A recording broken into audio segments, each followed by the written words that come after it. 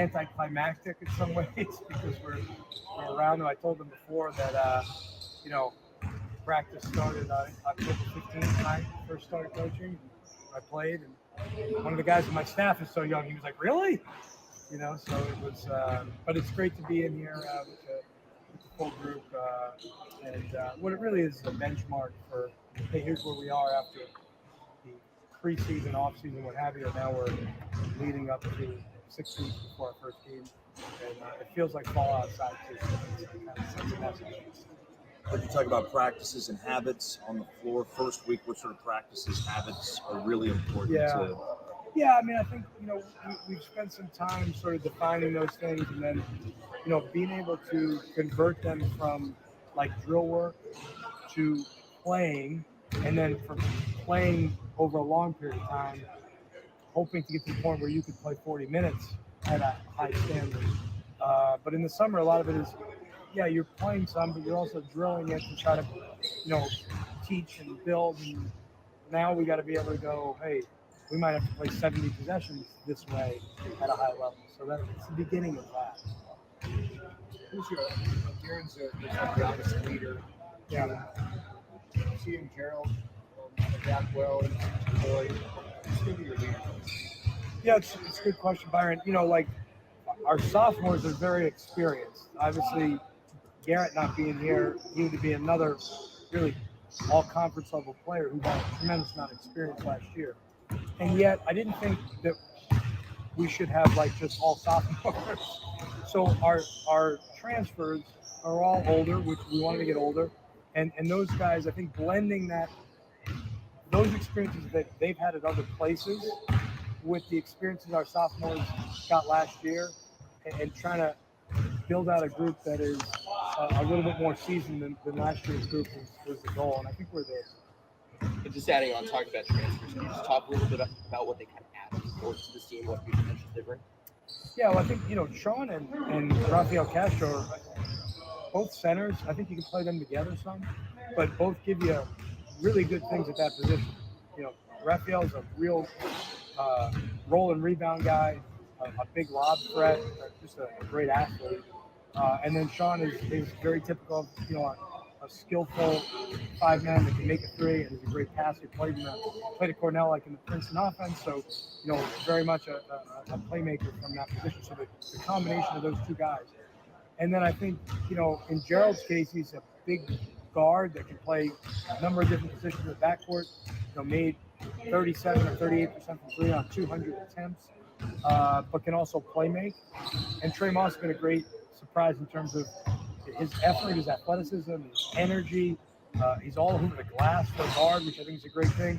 He shot the ball at a very, very high level this summer. He's really worked at it, and I think if that shows up, then you've got a guy who again, has got a lot of great experience and a lot of tools in the toolbox offensively and defensively. They're learning on the floor, but you're learning as well as a coach. Your lessons that you learned last winter, where there were plenty of highs, plenty of lows as well. How have you responded? Yeah, I mean, I think the one thing that probably was different is I felt like in the old days when you had guys for 3 and 4 years that you didn't want to make the summer feel like practice, because it would make for a very long year and then for many long years because those guys are together so long. I think now when you look at, hey, we have, the 4 transfers, Christian Jones come up to those. We have 2 true freshmen, both of whom I think have an opportunity to help us. You'll have a whole new team.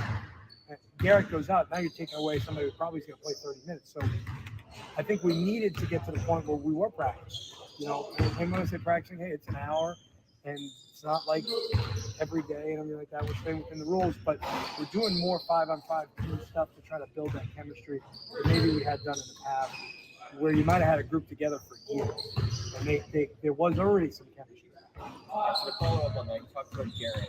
How do you expect to fill out the starting lineup in the 3 Well, I think the first thing is you can't replace him. In our league, there's not many guys in the league that are 6, 7, or 8 that average 14 points, 6 rebounds, 42% from 3, tons of rim attempts, gets fouled, shoots great free throws. It's not like you say, it's the next guy. No, he's hard to replace. So we have to understand that.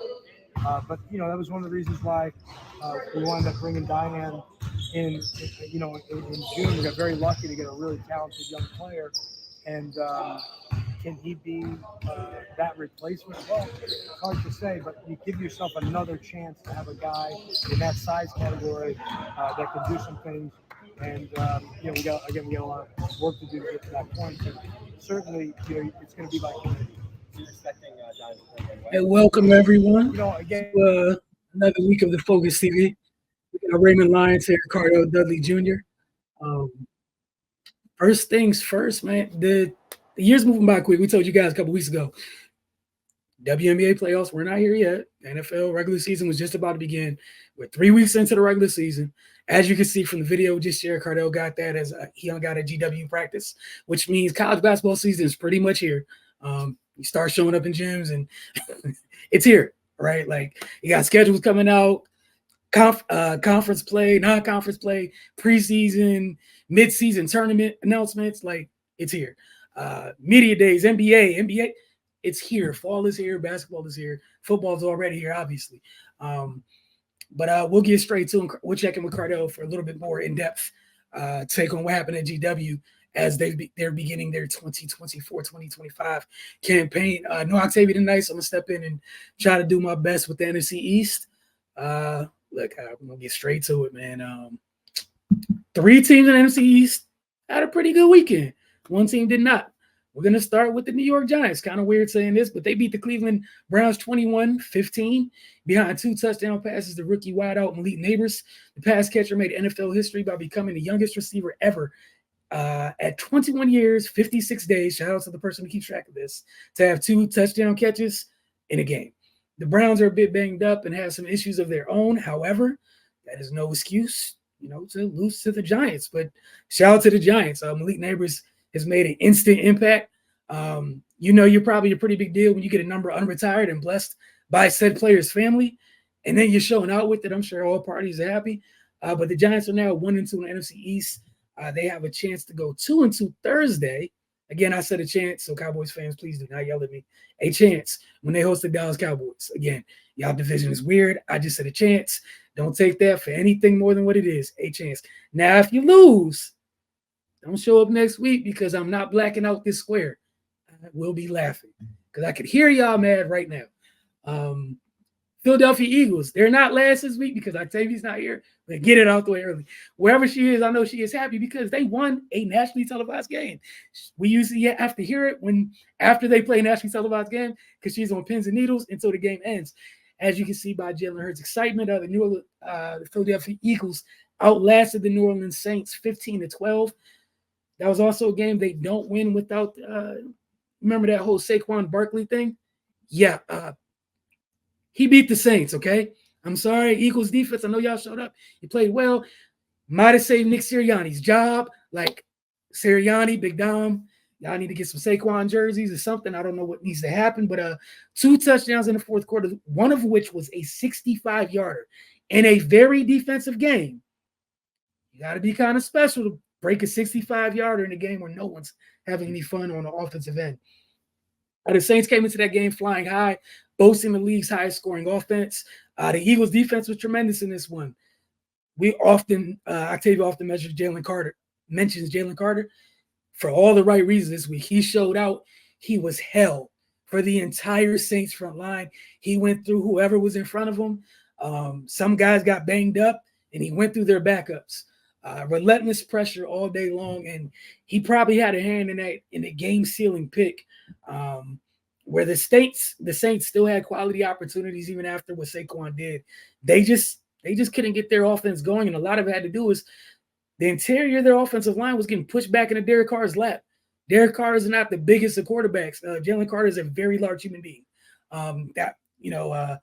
Clearly moves a bit faster now that he changed his body some, but man, he wrecked that game. Like, he truly wrecked that game. Derek Carr had one of those moments where, obviously, you want to get rid of the ball. You have that decision as a quarterback. Live to fight another down or try to make a play. He tried to make a play.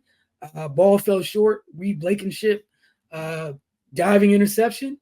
And the Eagles outlast the Saints. They're now 2-1 on the year.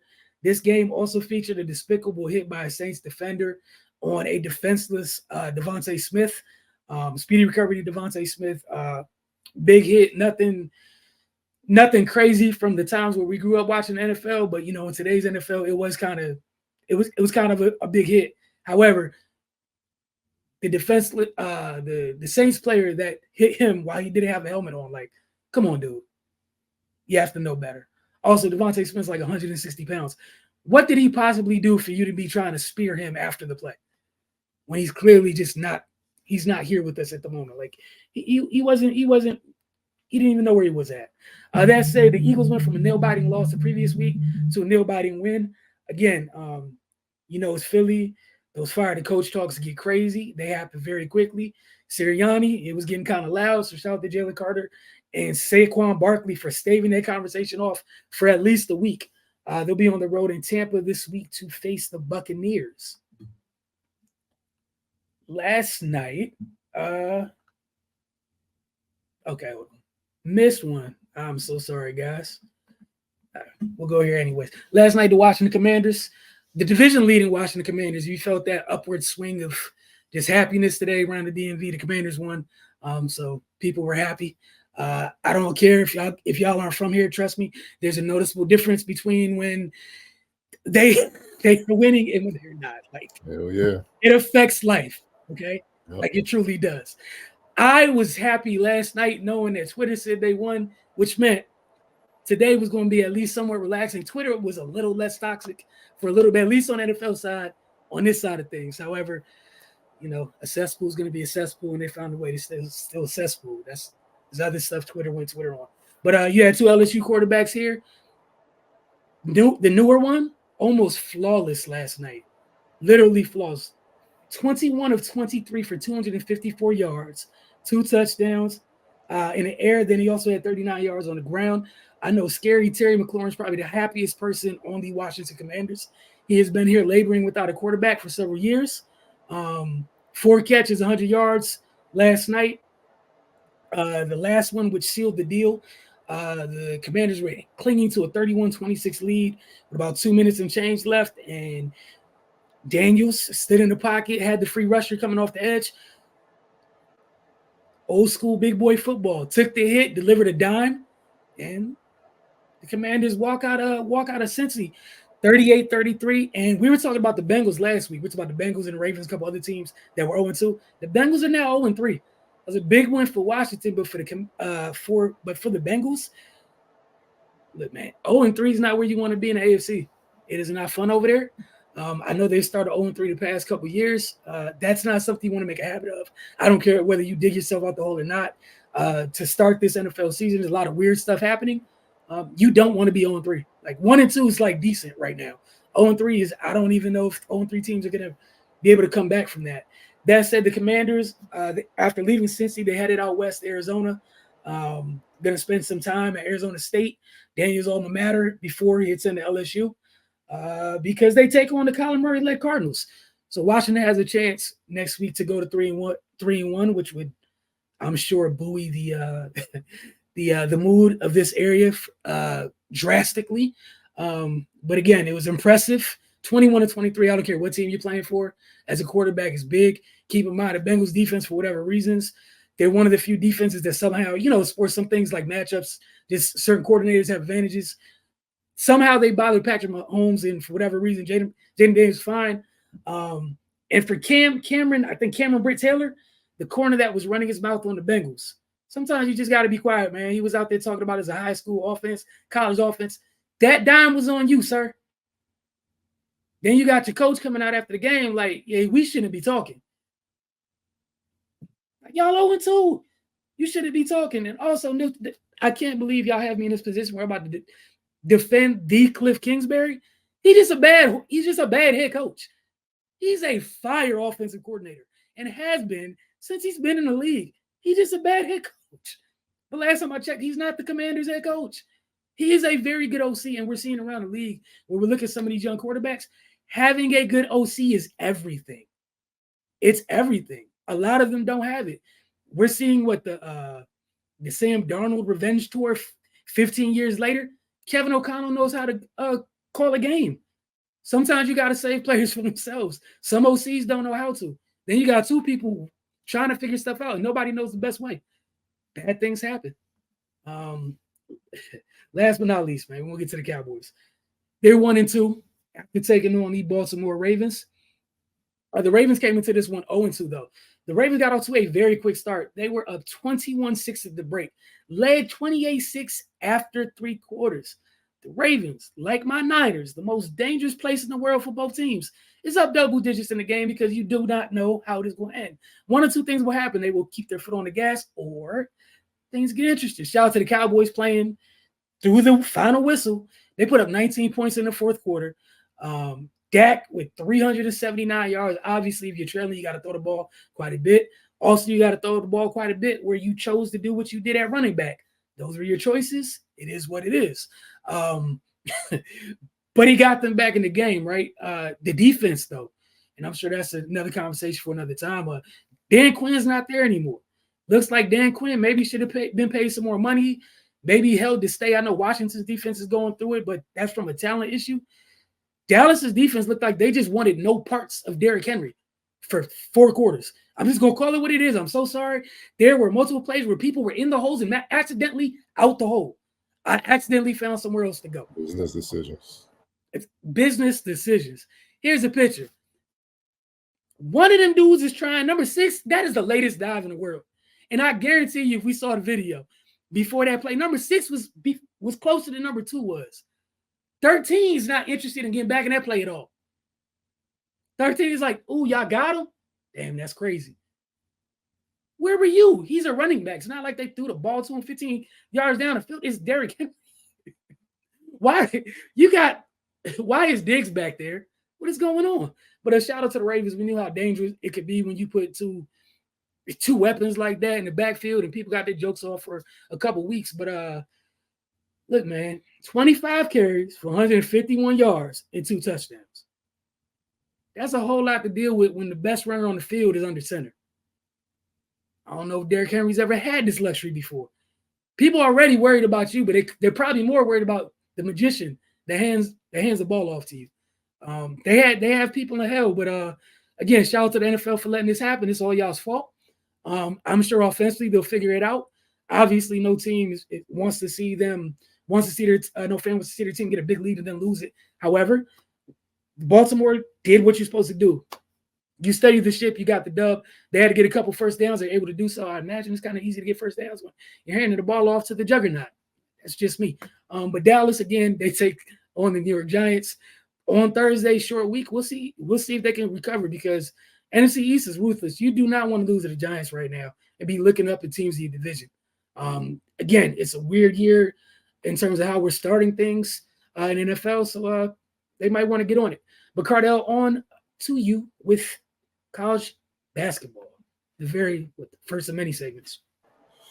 Yeah, as you stated at the top of the show, it's about that time. Made my first visit to a college gymnasium in the preseason. Went to check out George Washington's open practice, which they usually have every year, just to show us that regularly cover the team with the new team, with the new additions, especially in this climate with the transfer portal, freshmen and stuff. They starting to get high schoolers back in. Just get a glimpse of what the team is looking like early. And, look, they picked to finish dead last in the conference from preseason polls. It's a cool gauge, but I don't put much stock in it because you just don't know what can happen. Just because certain teams may not have notable names or big time champions, you just don't know, especially in the A-10. Anybody that look at rankings that actually plays for A-10 team and think that's the case, unless they're a team that was made a deep run in the tournament and all those guys come back, I understand. But if you have a lot of turnover, which most of the teams do, especially like I said, in this day and age, it's hard to say that because you just don't know how a team can gel and going around. I remember a couple of years ago they had Fordham at the bottom of the league. They won 20-something games, and I think they won the A-10 regular season. So you just can't go off that. But getting a good early look at the Revolutionaries, not the Colonials no more, Revolutionaries. The one thing that was first and foremost defense. They spent a lot of time on defense. Out of that 2-hour practice, I say good about hour 45 was on defensive principles, boxing out, making the right reads, flying over the court, guarding 94 feet. And it was very encouraging to see, man. And when you do, and when you're defending someone, applying consistent defensive pressure, not just showing and then backing up and taking the pressure off the ball handler. I mean, that's not really doing too much, man. Constant defensive pressure on ball handlers. Staying close on closeouts and getting over screens was an emphasis, especially on dribble handoffs. Guards and wings, picking up guards full court, which is a welcome sight, man. You don't see that too much, and they really practice that, getting them in shape to be able to endure that. So, Caputo, the head coach for GW, he can throw out different lineups. He can fit different pieces in depending on who gets hurt, foul trouble, not playing well. He can see what he has, and I love that, man. It's refreshing to see a team showing you the defensive principles instead of everything being offensively geared, which that's oftentimes what most teams want to show you. Overall, the team is pretty quick and fast too. They cover a lot of ground. They have a lot of guards that are deep. They're deep at guard, and a lot of guards that can do multiple things. And one of them is defend. They can all guard pretty much 94 feet. They can get out the shooters. They understand how to get over screens. And then if they get the turnover, cause a deflection, or whatnot, or get the rebound, all of them in their own way can initiate the offense and make something happen, whether it's scoring or facilitating. And that's a great luxury to have on the team, especially Caputo being a point guard himself. So he can. It's a lot of options. Let's just say that. And the most encouraging thing, they can impact the game on both ends. Obviously, Darren Buchanan Jr., he's not a question leader. He's embracing it. He was on our A10 all rookie team last year with James Bishop graduating and going to the pros, and Max Edwards transferring. He's first and foremost the guy, you know what I mean? And, also with Garrett Johnson being out, Garrett Johnson will probably be right there, but with him being injured now for the year, which is a big blow to GW. Darren Buchanan, pretty much will be at the top of the scouting reports for most opponents. Thing I liked about him, we all know his versatility, being a power wing, being able to do a number of things, break people down, post up, mid or low post, run the floor, finish strong in transition, proven shooter from 3-point range and the free throw line. But the little things is what you got to look for this year with him being the leader. And he showed that. He was guiding his teammates, clapping them up, encouraging them, getting on them when he needed to, and also leading by example. He was extra vocal. And you got to be that if you're going to be the leader. You got to they got to follow your lead. And he's setting that tone right now, which is encouraging. Assistant coach Mac Copois was adamant about GW's players hitting people on screens, off the times. You see people go set the screens and they're just getting in the way. And I hate that. It really irks my nerves because I'm like, you're just bringing another defender in the way. You're just bringing more traffic. If you're not going to hit somebody, put a body on somebody, don't set the screen at all. Go move without the ball cut or something like that. And he stopped him multiple times and he didn't miss words. Hit somebody. Emphasis, don't hit them. I need to see contact. That's the only way you're going to get separation as a ball handler and be able to turn the corner and make something happen. That's the only way you're going to gain an advantage. And they started doing that, which also helps them work on things defensively so they can be used to getting over legit screens instead of half-ass screens. So, that was a great thing. Off-ball cut emphasis, moving without the ball with purpose. They're going to kill a lot of teams with that. You know what I mean? A lot of teams, once they get a ball, a lot of players just go stand around and watch. They may go set an off-ball screen and then just stand there and watch until they get the ball back. And then that's when they try to go around. GW's not having none of that. You get the ball up, set a screen, you cut, back door, V cuts, you keep it moving. And the thing I like about it, they're literally reading what the defender does. It's not something premeditated. That's why I say they're going to kill a lot of teams, because a lot of teams will fall asleep and make mistakes and not understand what they're trying to do. They're going to get a lot of easy baskets or a lot of fouls. and then that's going to play to their hands. So that was also a plus. Now, certain players that stood out. Trey Moss, he's a Swiss Army knife at guard. Normally you see that at the wing, but he's like that at guard. He's very dynamic, athletic. Can score from all three levels, shoot the three, defend full court, defend multiple positions at 6'3", 6'4". And he understands just how to play. You know, you can be dynamic and still not really know how to play basketball. He understands what's a good shot and when what is not a good shot. And you know what I'm saying, that comes from experience, obviously, with him being a redshirt junior, he's a transfer. But you know, he's the one like no one's really talking about, but I can see him doing a lot of damage this year. Because he's gonna sneak up on people, one, and two, he has the ability to be consistent and experience to be consistent.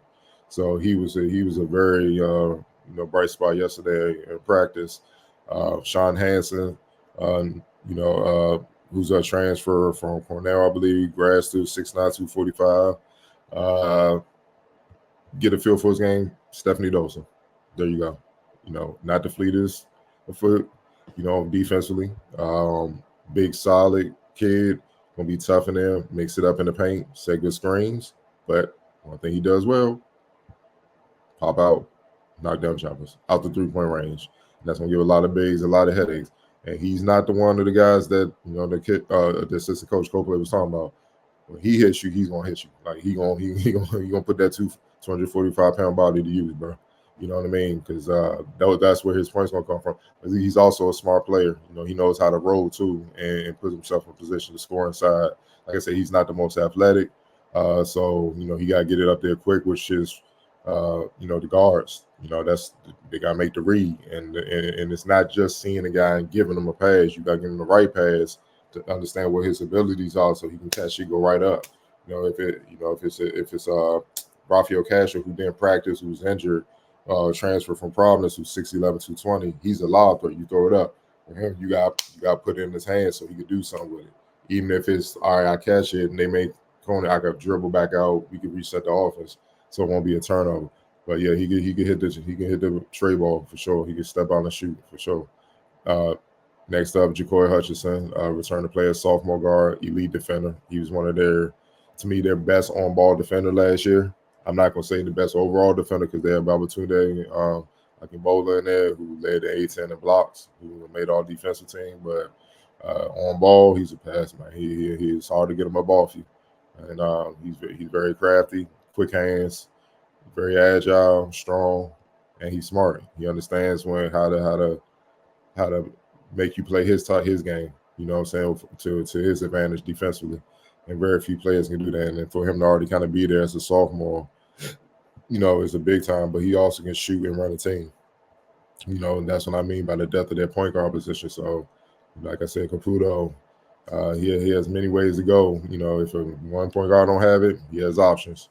But I expect Jacoy to be what he is, just a better version, being more efficient than he was last year. Freshman Dejan Nessa from Switzerland. He shows signs of being an immediate impact player as a freshman, which is saying something. 6'7", 200. He made some typical freshman mistakes, but he's versatile, fairly athletic, can defend multiple positions, fearless, and can make plays, and he's a good finisher, man. He literally, I think they said he's only been on campus for 2 weeks because he was playing in for the Switzerland teams on junior national teams all summer. So he just got there on campus in 2 weeks, and watching him practice, and they didn't say that, you would have thought he was there the entire summer. You know what I mean? Because he fit right in, and he making plays, man. And that's another kid. That's what I'm saying. It's just hard to gauge with rankings. I get talent and teams bringing a lot of the same players back. I get why you would put them at the top because they already won. They have the experience. They have the talent. But it's just hard to gauge the team. Like George Washington has like 8 new players or something like that. You know what I'm saying? It's just hard to gauge that.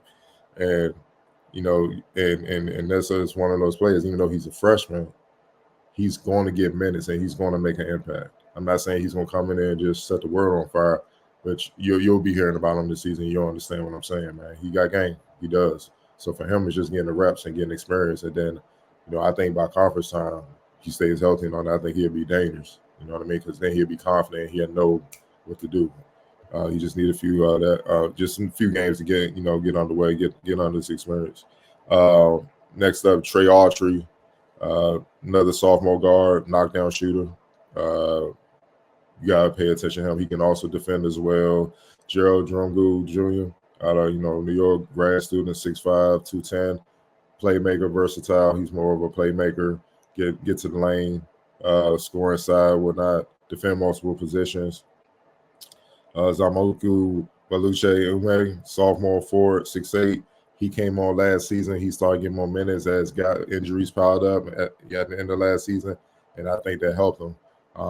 He looked like a totally different player, more seasoned, more confident, just ready to go. One thing with him, just falling asleep a little bit. You know what I'm saying? That's why he had to run a little extra laps, because they make you run if you give offensive rebounds. He gave up a few, so he had to run that post-practice. But he had some great dunks and shots, defending. He plays hard.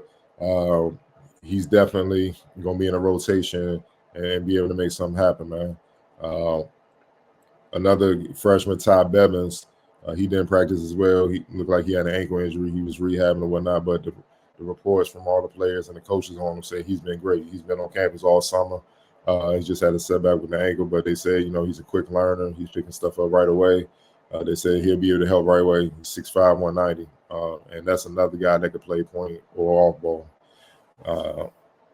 Like I said, Rafael Castro, 6'11", he didn't practice as well, but Lawler, coming from the Big East, played at Providence.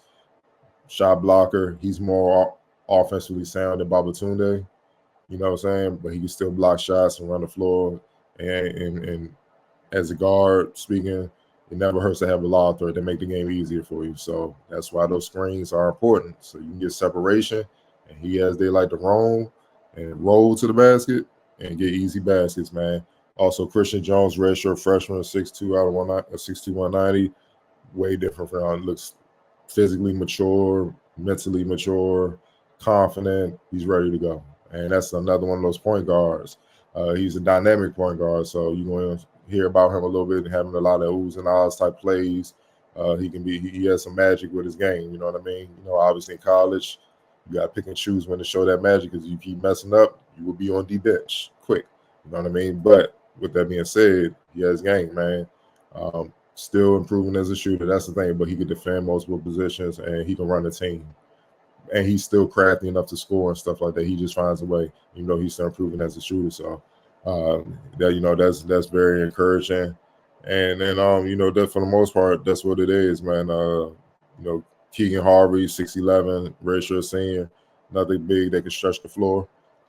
So with those guards and then how dynamic they are, never hurts to have too many shooters on the floor.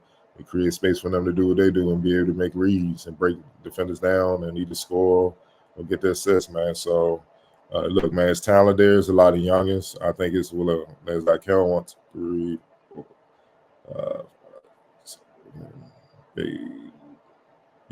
8 sophomore and freshmen on the team, very young. So they're going to have to grow up fairly quickly. But the thing is about the sophomores like Darren Buchanan, Trey Autry, Jaquan Hutchinson, even Christian Jones, he redshirt, he was there every game or whatnot.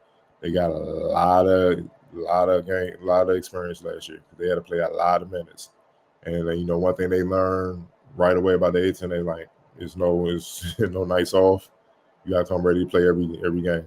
And he said, Darren Buchanan Jr. being the leader, he put this disclaimer out there. He said, I'd be damned if we're gonna finish last in the conference this year. So with that mentality and how unified they look, support one another, actually liking one another, you could just see how they interacted. All things are up for GW, man. They just got showed on the court. Yeah, that's one of the things that's most annoying about like people picking stuff preseason, especially like you said, bro, you have no idea what happens, because sometimes when you move stuff around, the things that come in might be the thing that team was exactly what they were lacking. And in this day and age, sometimes less is more for a team taking a jump. Mm-hmm. Sometimes having folks or kids that, like, whether they're youngsters that can come in and only play a role, what if the things that they bring to the table that translate immediately are the things that team needs? Right. Sometimes you just don't know that. sometimes that might be the thing that finally gets that drink stirred fully. We just don't know, but we'll see. What one thing I do like the year, spending that much time on defense is a throwback that is wonderful. Also, pet peeve. Yes, you have to hit people when you scream. My God, it has bothered me the last 5 years on every level of basketball. I don't understand. How do you're not setting a screen? Call yourself an automatic double teamer, but you are not setting a screen. Like, I'm sorry, it's the dumbest thing in the world to me. But all right, WNBA playoffs. Ray, want to hear your thoughts on this. Initially, we got some game twos happening tonight, but we're going to take a look at the game ones. We took some time Thursday night after Washington beat the Fever in the regular season finale. We told you guys what it was going to be like last week with those last 3 spots up for grabs. Washington did their part. The Liberty did not care what happened and did nothing, which is the luxury they have. That's the number 1 seed. They chose violence. So Washington did their part, but again, goes back to games Washington dropped, some missed opportunities they had, and both Cardell and Ray did a great job this past last Thursday. Get up on the Roku channel, check that out. Really talking about what Washington needs to do going forward and taking a look at the offseason and some places that went wrong, things that cannot happen going forward. That said, to focus on the teams that are in fact in the postseason, New York and Atlanta. New York came out and set the tone early. Did not look back. Talking about game 1, it's just Sunday. And they sustained it for much of the game. New York beat Atlanta 83-69. 4 players in double figures for the Liberty, led by rookie Leonie Fibic. Ray, we'll start with you. Your thoughts on the Liberty handling a dream in game 1? Yeah, it looked like a typical 1-8 game. Atlanta, they're fighting back tonight. I think it's tied up right now. But yeah, we knew New York was going to come out and just try to establish what it was immediately. They've pretty much led the pack the entire season, and they're eyeing the championship. They fell short last year. They had their opportunity, but this team was constructed to hoist a trophy, and they look like they're on a mission. But yeah, man, they just overwhelmed Atlanta. As to be expected, given the how the two teams perform throughout the year. But yeah, man, they look sharp. Stewie is Stewie. But Leonie Fibic, she coming out party, man. She played well all year, but to perform that way in your first playoff game, it just speaks volumes. And yeah, they, like I said, man, they're in pole position. They're one of those teams that's been talked about the whole year that have that are expected to win it all. But the thing that hurt them last year against Vegas doesn't seem to be an issue anymore, and that's their defensive guard play. Those first 2 games of the finals last year, they got played off the floor. But Sabrina, she went in the lab. She's gotten a little stronger, a little quicker.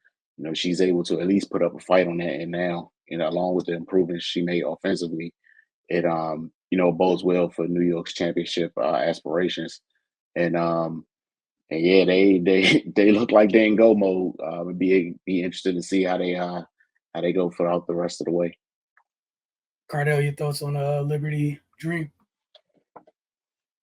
Yeah, it's like, just like what Ray said, man, their improvement on the perimeter with their defense, it has changed things. You know what I mean?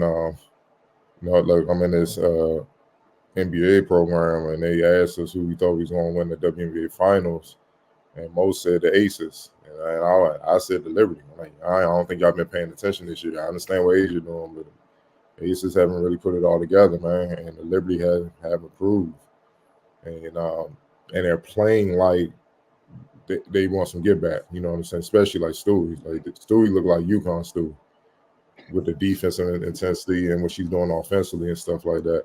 And it's a lot of games where they haven't even really needed John Quill to score. Hey, man, just facilitate, play defense, anchor the inside. We got the rest. And then you bet in Laney Hamilton, they never talk about her. Like, she's nice, though. Like, and then Fibic, you know what I'm saying? Like, she coming off the bench giving you 20 in a playoff. You see what I'm saying? Like, they're deep, man. They're deeper than ever, man. And they got all the tools. They can match it with whoever, however you want.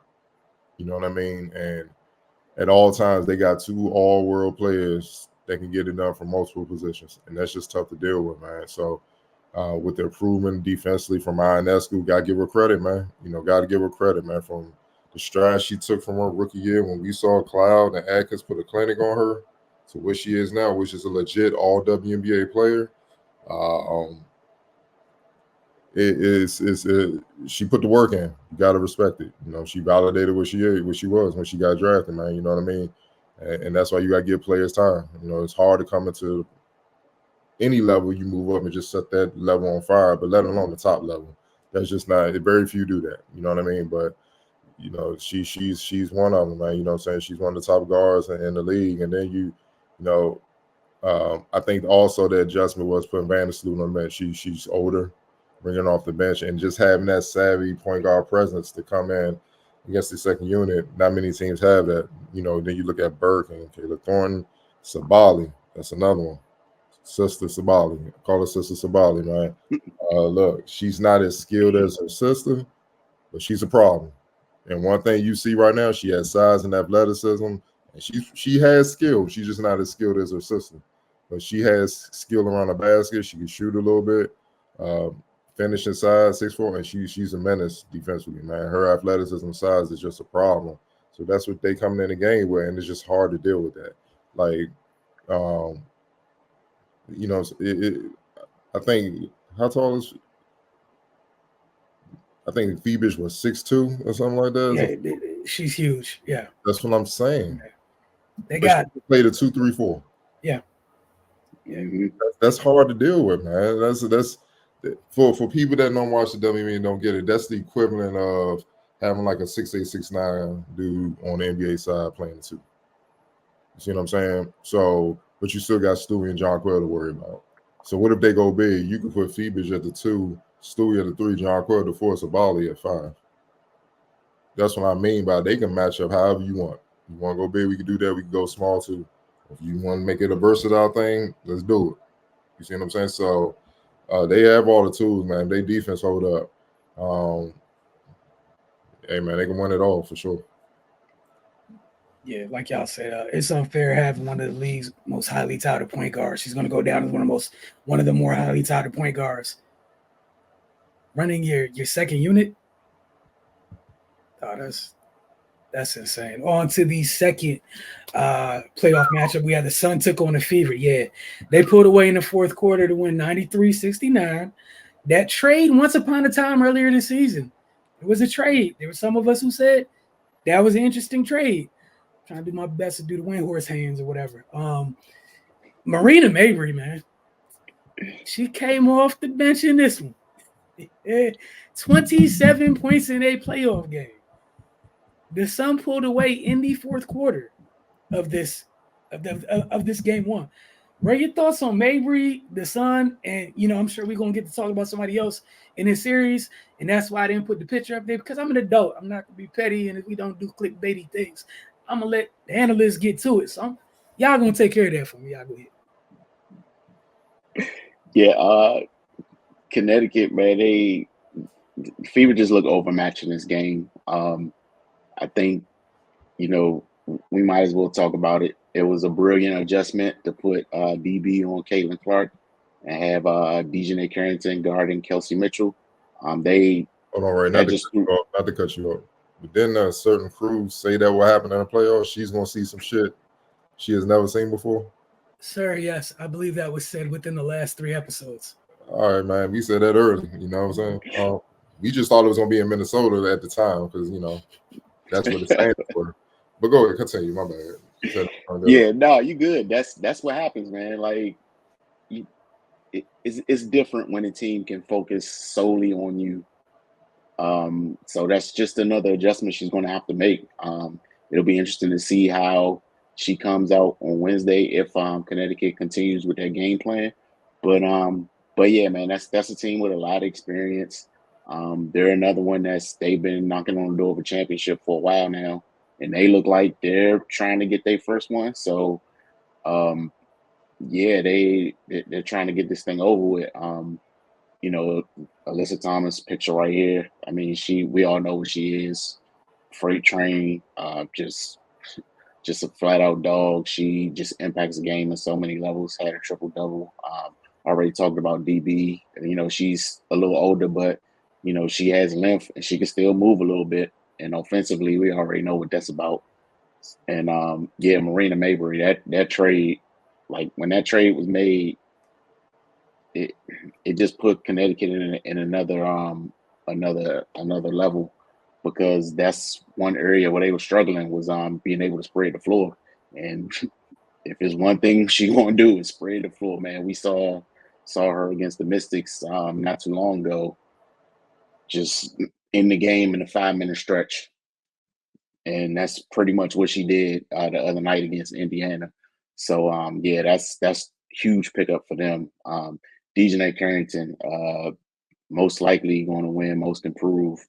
What she's been able to do and how she's been able to make improvements to her game. Her defensively, man, that's the type of player that keep you up at night. We seen what Kelsey Mitchell did down the stretch of the season. DJ pretty much made her disappear. And we saw how that hampered Indiana's offense. You know, Kelsey Mitchell put together one of the best scoring seasons in FIBA history. And with them missing that, you get the result you get. So yeah, man, like they're a young, talented team with a ways to go. They had a great season, you know, but they're just not at the level that Connecticut is on. And that's okay, man. Like they got second-year players and rookies. Just give them some time, man. People got to stop putting the cart before the horse, man. Just let them ladies develop and grow and learn together. And you know, in a few years, maybe they'll be in a position Connecticut's in. But right now, they just gonna have to take the lumps.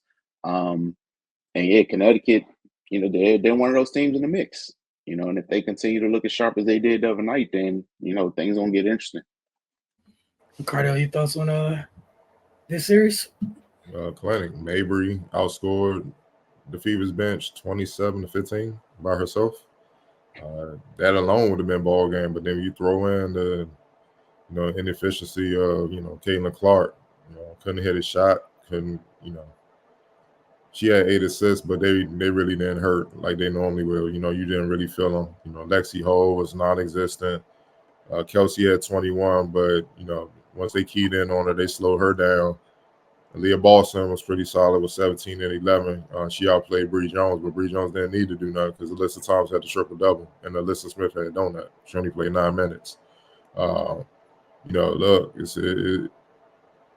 welcome to playoff basketball. I was at the barbershop, and they was like, yo, man, I think the Fever can upset the Sun. I said, the playoffs different, dog. Playoffs different. Oh, man, you hating. I'm like, why I always hate when you just spitting facts? And you saw the clinic. You saw the clinic, man. Like, she ain't been there before. None of it. For the most part, their key players haven't been there before. This is their first playoff game, and they got a rude awakening. You see what I'm saying? And the thing is, with the Sun, they still have other options to throw at Caitlin. Like, if Caitlin heats up, I wouldn't be shocked to see Alyssa Thomas get on her. Now deal with that strength and size, and now deal with all that bumping and stuff like that is problems, and that's gonna wear you down, and your legs get done, and then you can't hit those threes, and you ain't going in there and turn the corner and deal with all that size and stuff like that. Then on top of that, defensively, who you stopping? I'm just saying, and the thing is, Ty Harris played 4 minutes. Dejanay got going. They keying in on her, so she's gonna have to guard. Like when they played the Mystics, one thing they kept doing is when somebody attacked her, she would just follow and release them to whoever's closest and switch quick. So it was hard for them to try to take advantage of, her lack of defense and whatnot. That ain't gonna happen with the Sun, and especially in the playoffs period. It's just not gonna happen, man. So it's gonna be interesting to see what adjustments they make. But overall, man, it was a clinic. I honestly kind of expected that type of outcome. I thought it would happen earlier, but it happened. Yeah, and for those that are kind of new to the W, if y'all aren't aware to what it's like having DeWanna Bonner switch out to a guard, it's just rude. It is a rude thing to do to whoever the guard may be. That is a center length chasing you around. There's no floater in the world. There's no quick release that changes that, or it takes it away from you. Like you said, Cardell, Ray, you mentioned as well, like they have multiple options to wear her down. And again, Connecticut's another team that's been around for a while. They've been biting at this apple for a while to get it done. Like a while. So not too shocked there. To a very fun series. Nafisa Collier, I don't know what she has to do this year for y'all to realize that she is a very, very, very, very bad woman. The Mercury fell to the Lynx, 102.95. Hell of a performance by Nafisa Collier, 38 points. And that was the offset. A big performance from former Mystics guard Natasha Cloud, who had 33 points and 10 assists. But Collier and the Lynx, they got out to a quick start and they held off the Mercury. Game 2, they're one of two teams that's game 2 tonight. The other series is game 2 is tonight. It's Aces Storm. But Cardell, we'll start with you in this one. Just your thoughts on Collier and the Lynx. And we've seen Minnesota since the season tipped off. Like Ray, you mentioned a couple of teams kind of like let everyone know early, like this is what we're shooting for this year. Your thoughts, Cardell? Fees, man. You know what I've been saying about Fees all year, man. She's definitely gonna be second to MVP. Well, she was second to MVP voting. I think she might win Defensive Player of the Year at that, man. Like it's a three-headed monster at the top of the W for, obviously Asia got the rings and stuff like that. She's top dog right now, but then it's Stewie and Fees. Pick one. You know what I'm saying? And that's a testament to her pretty much being out last year or recovering from, having a baby. And then to bounce back in this way, she put in work, like clear work. You know what I mean? And in a sense, man, she led them to a win by her damn self. I know McBride had 20, Carlton had 12, man. Hines Allen had 10 and 5, but whenever Phoenix made a run, she responded with a basket or a stop. I mean, the damn near had 40. And in the playoff game, that's tough. In the WNBA game, that's tough. You're not even playing the same minutes as the men's, man. With the 48, where you like, all right, I can see, it's just a little bit, it's a little bit more easier to accept that. She was getting two. That's damn near 10 points a quarter, dog. You know what I'm saying? So, and it was 11 to 19, but at least she was efficient. And to think about it, Courtney Williams ain't even go over, and and I like the fact that she's matured to the point where back in the young days of Sun, I gotta get my buckets. She's matured to the point now. If he's got to go on, I don't even need to try to force it. If I don't hit these open shots, oh well, let me just feed her, and that's how she had 8 assists, man. But it really came down to the Minnesota's bench. Hines Allen 10 points was huge. They had 16, and the Mercury 7, and you lose by 7. So they gotta get some more bench production to stay with it. And that's only if Cloud can maintain what she does with, no disrespect to her. I don't expect that because that's not even her game to have 33 like that. She's capable of exploding here and there like that, like she did. But yeah, they need more. They need better play from Griner. Tarazi at her age, that's a huge game. I'm not sure if she can continue that. We're gonna see.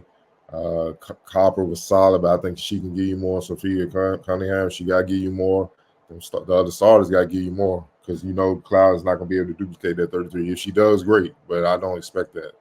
And then the bench got to show up. Like they really got no production from their bench, and there's no reason to think that the Minnesota Lynx won't go away. So, we're gonna see how the adjustments are, man, but. It's looking tough. Looking like Fee's trying to retire Tarazi. How about that? Ray, your thoughts on Minnesota Phoenix? Yeah, man, that's just an all-world performance from Fees and in the depth of the Lynx. Just kind of took the Mercury out. They jumped out to that big lead, and Phoenix came storming back, man. So, shout out to them, but shout out to the Lynx as well for keeping their head. A lesser team could have wilted under that pressure, giving up that big lead like that. And then Richard Carlton hit that huge 3 at the end. So that was Yeah, that's just a big time shot, man. But yeah, Lynx the more complete team. They have the best player in the series. 9 times out of 10, the team with those attributes takes it home. So I'm expecting the Lynx to get it done. And like Natasha Cloud's 33 was an anomaly. I'm fully confident that Fees could duplicate what she did. So, if that's what we're banking on for Natasha Cloud to match Fees, then I'm betting the house on Minnesota. Yeah, if there was someone to match Fees over there, that's not who's supposed to be doing it. And again, that's not a knock, as you guys both said. And the Mercury got something wrong going on. But again, it's Minnesota, man. It's going to be a tough out. Y'all been talking about Minnesota all year. Cardell, you took time early this year, did a probe on Fees. She's coming in like she's hitting that place. She's in that place where it looks like she's in the prime of her career. Remember when we saw her at Maryland, the Maryland game when she was at UConn? Yeah. And they was popping up one of her teammates to be that, and then we was like, nah, she's the best player on the team. And they got a habit of that there. Yeah. Yeah, Carly Samuelson's sister. Yeah, I'm not going to. Katie Lou. It's okay. I'm going to the favorite UConn player. Yeah, her. Yes, Katie Lou, current member of the Fever. Yes, with all the talent on that team, they found a way to decide that she was going to be the leader of that UConn team outside of Fees and Kia Nurse and some other players who were on that team. Again, Fees is one of the many UConn players who ended up playing up a position or 3 that didn't get to play their natural position, so they got to the W because of injuries. Sometimes that happens there. They don't get to play their natural position. Those are probably the ones y'all should start paying more attention to, because they're still putting up numbers playing outside of their position. God knows what can happen when they get to play the thing they played all their life. Who knew? Not 6'1", 6'2", playing the 4 and 5 on purpose because she was going through hell because of roster construction and injuries. Who knew that maybe at the 3, that's an unfair matchup? Who knew that some poor 3 has to deal with somebody who's comfortable in the paint? As Cardell broke down on the probes on several different levels of her game, that's the post play in a perimeter player's body. But also, shout out to her for the type of year she's had. It's been remarkable. On to the last and final series we're going to talk about. This game was crazy. We had the Storm taking on the Aces. The Aces have been just against playing good defense all year long. All right, I don't know a better way to say it. They've been against it, like thoroughly against it. All the good defense they played, it looked like it stopped in 2023, and they just took off for 2024. I don't know what happened. I don't know where they found it, but they found themselves back against the wall a little bit. Asians having a really rough game. The team is struggling. And lo and behold, I guess it's that thing winners do, great players do, whatever you want to call it. Asia flips the switch coming out of halftime, wills her way to 21 points, 8 rebounds, and 5 big blocks. And Chelsea Gray, who been trying to kind of get herself together for quite a bit now, that was the first time I think I've seen Chelsea Gray in like a year, which is, if you're the Aces, you want to talk about a blessing. That's a heck of a thing. Also, my guy Mike Sykes has been complaining all year since the Aces got Tiffany Hayes. Like, anytime somebody mentions the WNBA, he has an issue with it. Tip Hayes showed out last night, 20 points off the bench, and was a big part of that defensive lineup. They gave up 2 points in the fourth quarter of a playoff game. They won that fourth quarter 14-2. Ray, we'll start with you and then Cardell. Your thoughts on the Aces taking game 1 from the Storm. They got game 2 tonight, and I think they have the return of their very talented big Ezzie Magbagor. Yeah, man, they just won a championship game. Like, that's just championship medal right there. Like you said, it started off on all the wrong feet. Like, they looked very disjointed for the entire first half. Came out after halftime and just, kind of got it going. Those are games you got to win when you're eyeing a three-peat. And yeah, it gets tougher because you're definitely the hunted. Seattle, they got a talented team. I know they were down Ezzie, and they and they still were in it until they weren't. But yeah, Chelsea Gray kind of coming back into form. If this is going to be the norm for her throughout the playoffs, then I feel a little bit better about the Aces. They, like you said, man, they've had a super weird season. They started out 6-6. Then Chelsea came back. They went on a little winning streak. Then it's just kind of been up and down. They closed the season pretty solid. But yeah, that defense has just been puzzling the entire year. But they found it at the right time. If they gonna play defense like that, then they got a real good chance at making history here. So yeah, man, we know what to expect from Asia at this point. The others, they gotta be consistent. They can't have the same erratic play that they kind of been having. We know what Kelsey can do when she's on. Jackie Young as well. They need Chelsea to continue to be who she was last game, and those two just got to make better decisions and hit shots. And yeah, Tip Hayes, she got to be involved. She came off the bench, had a monster game. She don't play a lot, but we saw Sydney Colson get some extended minutes last game. She can play basketball. She won a national championship in college. So it's going to be interesting to see how they continue to put her in the mix. But yeah, man, they, again, one of those teams that I talked about being able to take this thing home, did themselves a favor and won a game they very well could have lost to put themselves in a good position. And, they got opportunity to close things out tonight. Cardell, your thoughts on Aces Storm? Yes. Really, I think it was the Tiffany Hayes show, but it's also the tale of two teams, Dr. Jekyll, Hyde. Like for real. Like in the first half, it was Storm. You holding the defending champs to 9 points in the first quarter. And Neko Bumake was busting busting the MVP's ass early on. I was like, ooh, this is the Neko when they was winning championships of the season. You know what I'm saying? Like LA with Candace, like MVP in the Neko. Like, ooh, she taking it to the MVP. She's a big reason why Asia struggled. You gotta understand like who she was going against. And that's what makes the playoffs so great. Chelsea was a steady hand. Jackie didn't shoot the ball well, but she was solid defensively.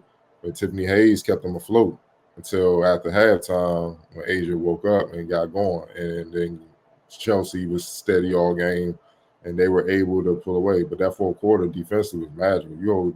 See what I'm saying? Like when they say defense wins championships, that's what they mean.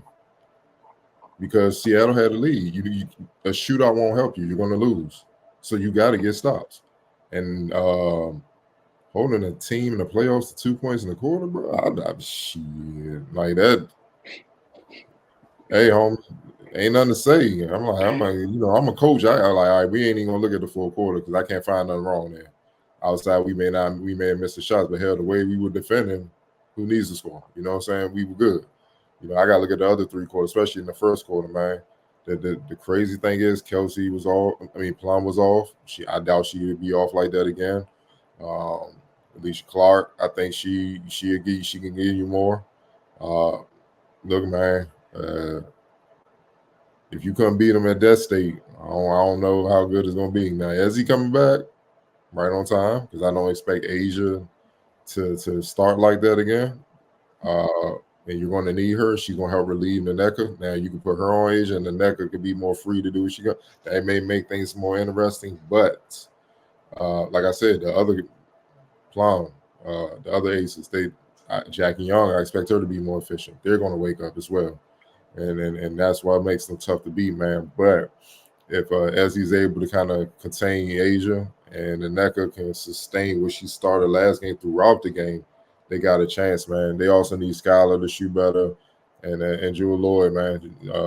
She's been up and down the season, man. Like she's put up points, but she hasn't been efficient. She give you like 20, 25, but she's shooting like 40%. That ain't good enough. She got to wake up, man. Seriously. She can't give you 6 points. If she gonna give you 6 points, off to vacation they go.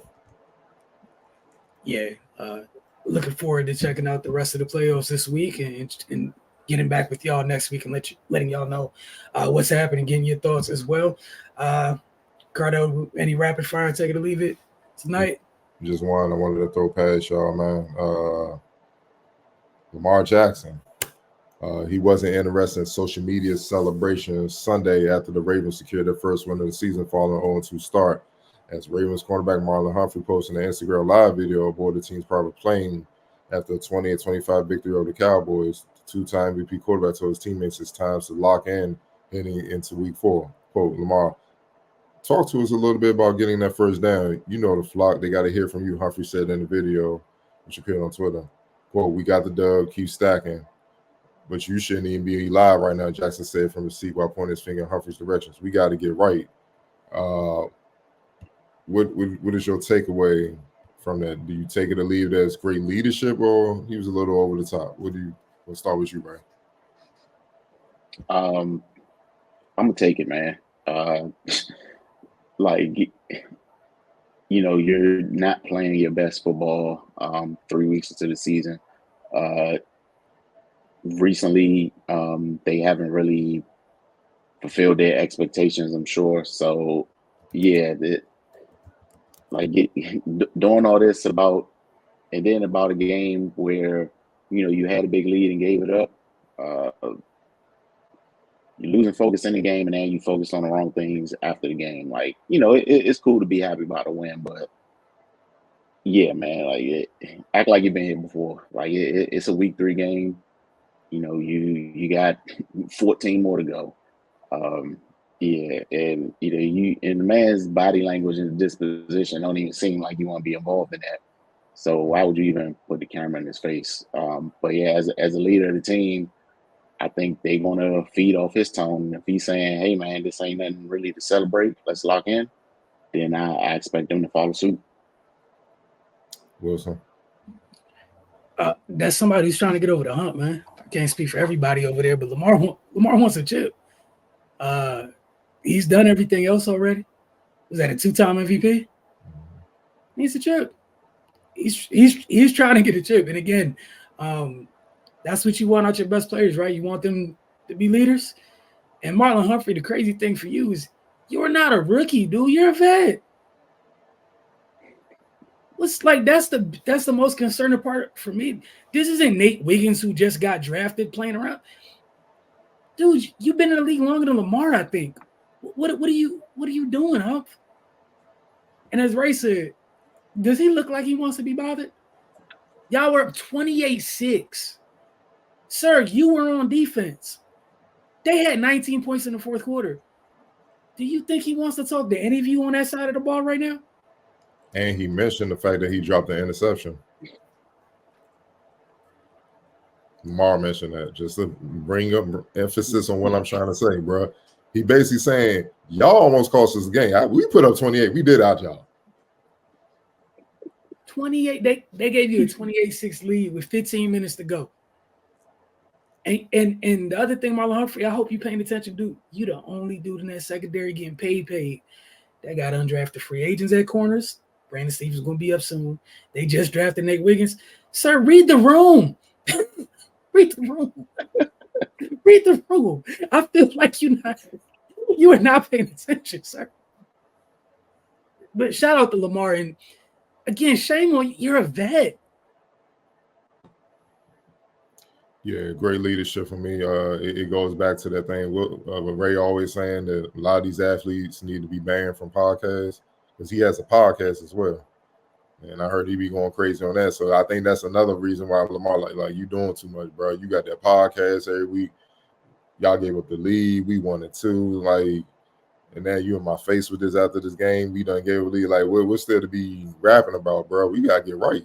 Like, we ain't balling right now. You know what I'm saying? Like, we got to get our shit together, man. You know what I'm saying? And I love that leadership, man, because too often the time, man, they be on this kumbaya shit, and man, with current athletes, too much kumbaya stuff. Nah, say that what it is, bro. So you can sting them so they can fall back, man, and they can lock in. You gotta lock in. You gotta lock in, bro. Because see, Lamar's starting to feel it. You know what I'm saying? He hear the whispers. Yo, Mahomes, that's your only peer right now. Mahomes got multiple. You have none. When you gonna get up there, Lamar? He's starting to hear it. And I know Lamar, like, I'll be damned if you gonna be the one from stopping me from getting in there. If I stop myself, that's one thing. You not gonna be the one. You gonna be gone, bro. Come on, man. We almost lost the Cowboys. Like, dog. We almost lost the Cowboys. Everybody and their mother was running on them, dog. We gave y'all the game. Oh, just close it out. Just don't mess up. Just close it out. We good. Nah, bro. We gotta go get a couple first downs just to survive, man. Because y'all can't get the job done. But you want to have a camera phone in my face talking about it. Like, man, get out of here with that, man. Like, look, man. We just did our media obligation. I'm chilling. I'm on a plane. You know what I'm saying? I'm trying to get my mind right and relaxed because I'm pissed we even had to go. It even got that close. It should have been an ass whooping and we get up out of there. See what I'm saying? So he understand going into week 4, teams gonna see that video. I'm like, hey, Dallas was successful. We can duplicate that, and hopefully we can be successful. And he understands that, man. Like, no, I just don't think the sense of urgency with a lot of these young athletes, man, they ain't got the same urgency like what we grew up on, bro. Like 1 and 2. I mean, the era we grew up on, 1 and 2, bro, you bringing out a camera phone, you might get swung on. Like, you might get, like, hurt. Like, what are you doing? We getting our ass whooped, bro. You see what I'm saying? So, but me and it's podcast time. And, you know, he do a lot of rapping on that podcast from what I'm hearing. So, yeah, I think that was just Lamar, like, coming down to his level in his world to check him. So now the next time, it probably won't be that nice. It's going to probably be very ignorant, and then he might be about it. Like Wilson said, reading wrong. But I love the leadership, man, to set that tone. And the setting tone. And just one other thing, run Juggernaut. Don't complicate this. I love coaches. Coaches love to be evil geniuses, man. It's like, what? Just keep it simple. The best coaches just keep it simple. You're in the era that don't like to tackle as is. They don't practice. Do what you do. Henry, do what you do. And he's going to open things up for Lamar to do what he do. No one wants to see that 1-2 punch running the football. No one. The crazy part to me again. Well, if you close to 30. What are you doing, man? And the other thing, you've been around for a while. You think they happy about what they've been paying you and they didn't get it? Like, that secondary's been your secondary technically. There's been a lot of revolving chairs in that secondary, but you. Hey, man, like you said, you saw about Lamar, Josh Allen going through. They're sitting there watching their peer going for 3 in a row. They sick of it. Come on, man. That shit real. They in a row. Oh, Lamar. Patrick come in. Move, Lamar. Patrick, Lamar. Hurts the ego, bro. Matter of fact, remember Josh Allen was on every commercial every 10 seconds last year? Have you seen the Josh Allen commercial this year? Homie.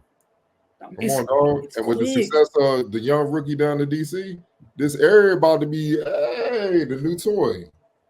You know how this area can get. You know Lamar, bad boy, should be a Bronco, but we ain't going down that road no more.